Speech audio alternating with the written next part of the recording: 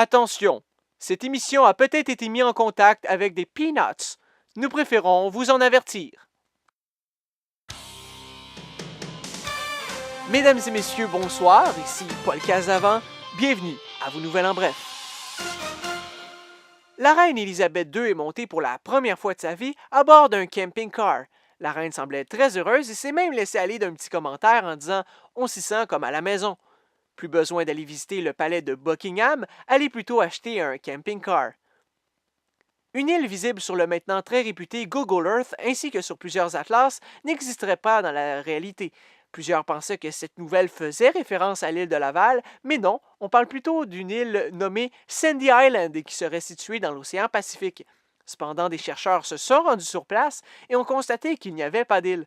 Alors nous faisons l'appel aujourd'hui. Si quelqu'un aurait aperçu Sandy Island, veuillez appeler les autorités locales. En Russie, un homme de 23 ans a volé 5 bouquets de roses d'une valeur de 315 $. Il a ensuite tenté de payer un taxi avec ces roses, mais sans succès. Une fois rendu chez lui, il a donné les fleurs à sa blonde, qui lui avait reproché la veille de ne pas lui avoir apporté de roses. Le chauffeur de taxi a averti les autorités qui ont finalement arrêté l'individu. Nous tentons toujours de savoir si la femme a dit « Oh, c'est donc bien cute, tu as volé des roses juste pour moi » ou si elle l'a quitté. Le Panathinaikos, la deuxième équipe la plus titrée du soccer grec, ainsi qu'une des 3 causes les plus importantes de foulure de la langue dans le monde, ne pourrait plus jouer de partie en soirée.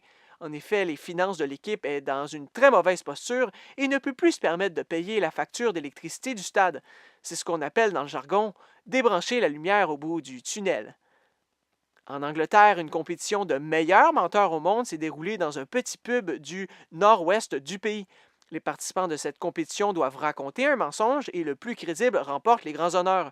Selon ce que notre équipe a appris, la commission Charbonneau ne sera en fait qu'un subtil subterfuge pour trouver les meilleurs espoirs québécois.